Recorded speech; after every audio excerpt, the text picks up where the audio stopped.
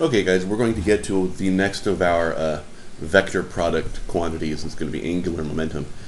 And just as we have our linear momentum, and we're going to go over linear momentum in just a sec, but just as all of our other translational motions have a rotational equivalence, so does momentum.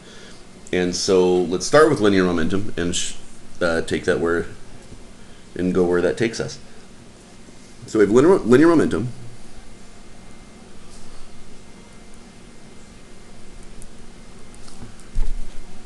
Okay, and we have given it the value p.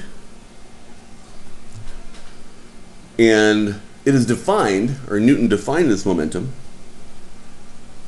as mass, or the vector as mass times our velocity vector. And then if we take the time derivative of that to get for our force term, that dp dt, which equals force, by the way, okay, equals force, is equal to, we product roll this, so it's going to be dm, or dm dt times v, which we don't use very often, but this was the mass flow times the rate, times the speed of that's happening. This is, we talked about this with rockets and with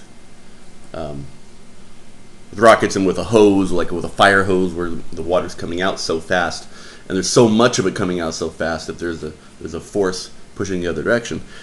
And there's also our mass times dv dt, and this is our more traditional one because this becomes our acceleration times our mass, and that's what we usually know as Newton's second law here. But there are, of course, these have direct analogs, and for linear momentum we are going to call it L. L is our linear momentum.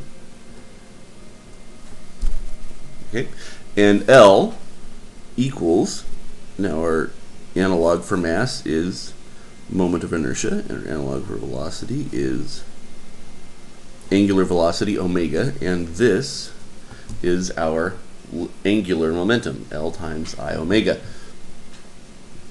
And those of you that are into tech companies and that sort of thing, that is where the term I omega came from, where they invented zip drives, and they were the first real purveyors of external portable storage.